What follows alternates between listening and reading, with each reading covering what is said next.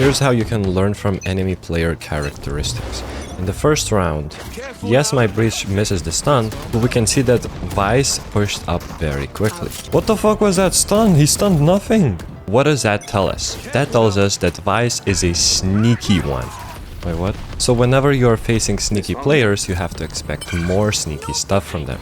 So I counter him by baiting him into doing sneaky stuff. I was gonna... I fucking knew it, bro. I fucking knew it.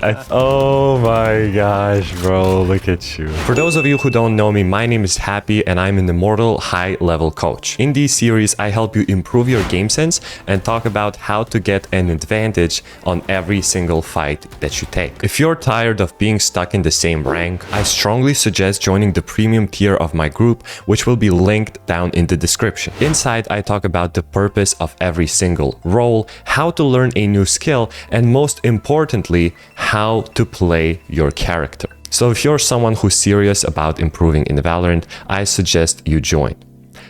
Let's get to the video. I have some niche advice for Lotus here. If you are not doing anything, you can actually spam the bottom part of site from CT, and you might get some random headshots in there. After killing 2, I still have my ability, which helps me to reposition and make sure that I trade my teammates. I don't fly on the enemy, I fly in a position where I could peek if he is fighting any of my teammates. Because we are defending site, we technically have the advantage, so we only want to fight if we get a better fight than a 50-50, and that better fight advantage is us peeking with a flash. After swinging back and getting a kill, now we're up numbers, so we want them to swing into us, so they're fighting into at least a 2v1. I have a couple of my teammates behind me to get my back if I need help. Also, ulting like this in a 2v1 is definitely worth it to make sure you win the round. This is the type of shit I want you Omen mains to try and pull off, because if it works, you are feasting. Embarrassing. Whoa, whoa, whoa, whoa, whoa, whoa. That was fucking ambitious. It almost worked, bro. After respawning with a Phoenix ult, there's always gonna be that one guy who's just gonna try to kill you from behind. And honestly, I've had this interaction so many times. They're always hiding in the left side of vents. So I'm ready for him this time. Last guy is CT, so I offer to molly inside the smoke so we can get a really strong plant. You always have to think about what's gonna happen in the future. Here's a very, very important advantage for all of you playing. All of us do this mistake. Whenever you see 5 people running you down with a bunch of util, you have to start playing passively. You can see me go for the molly and then shooting as I back up. And instead, my clove pushes into a double satcheled raise plus a fade dog. Luckily, I was there to trade her, but you should always back up and play more passive in these situations. Of the implications. Do it to me. And then once they run out of util, once they are super extended and they can get shot from a couple of different angles, that's when you can actually fight.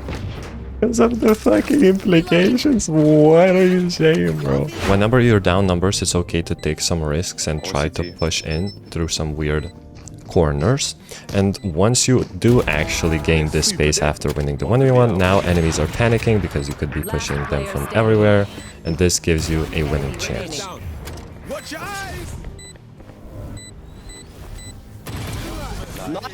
I'm on the other side, guys, and if you see that you're not gonna be able to defend side as a solo guy, just don't peek into Phoenix ult. I don't know what's the problem. It's not that deep, guys. It's really not that complicated. It's a 2v1 situation against a clove, and we have Waylay ult. So all we have to do is wait for the tap. He's guaranteed to get ulted.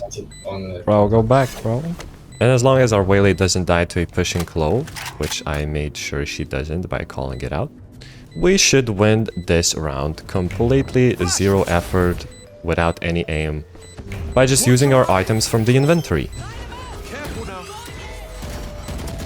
If you want to immediately get better results with your character, you should try to learn some default plays that that character likes to play. And it doesn't take any aim training to do that. His teammate is like, don't go, there's someone.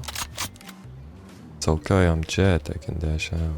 I'm Jet, I can dash out at home. Sometimes instead of mollying the choke point, you can molly the path that they're gonna try to take by walking on the side, and this is gonna mess up their defense even more.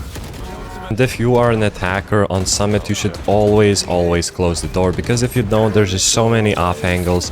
Plus, this is what can happen to you. In reality, I had no business being in this fight, and I ended up killing 2 for free. Another example of this molly plus flash combo. Very nice. We go for the molly, we go for the flash. There was one guy playing anti-flash, but we just don't fight him. It's that simple. But then we fight him, because they're never gonna expect this Phoenix to come back again. Because they probably learned that I'm a pretty passive player. Sometimes it's not bad to switch it up and go complete psycho. It's a 2v3 and my teammate is already getting cooked. I know that there's one guy market, and I know that one guy is gonna be holding me from CT. Because he knows that I'm gonna be in spawn, because I just went back from my ult. So there is one guy holding the smoke. They know exactly where we are. So my idea is to flash this guy and fight this guy. And then after I fight them, I walk here. Let's see how it goes. Bam. I peek out. Plan kind of worked out. I'm like, alright, it's gonna be a 1v1 again. Wait, no, it's not. It's a 1v2 because the enemy clove resist. This is not my clove. This is enemy clove resist. And now I'm facing 2 ults. I'm facing Phoenix ult and clove ult. My goal here was to flash Phoenix, kill clove, and try to survive. But I couldn't kill clove because she ran away.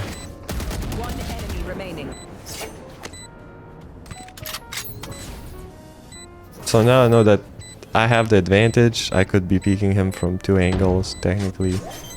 He does get the smoke, which is super good for him.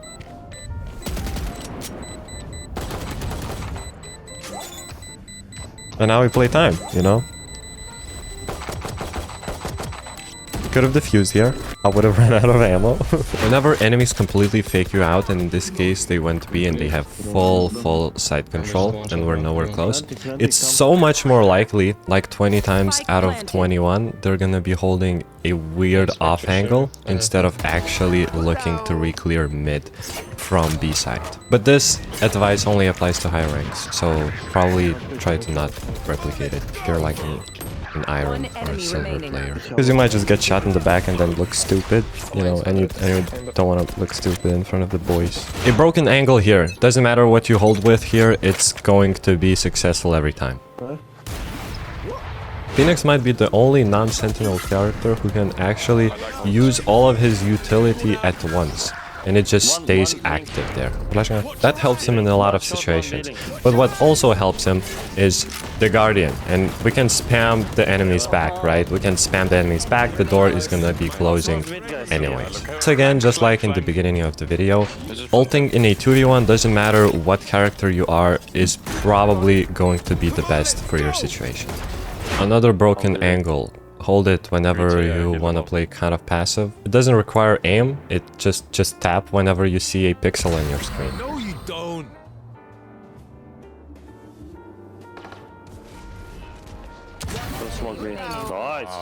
You can also hold this angle with a Vandal or even an Operator. I've been telling you about this angle, guys. I've been telling you about this angle. Thank you everyone for watching. Comment down your favorite clip and I'm gonna respond to every single comment. Also, if you're serious about improving in Valorant, you wanna get even better game sense, join the premium tier of my group, link in the description. See you guys tomorrow.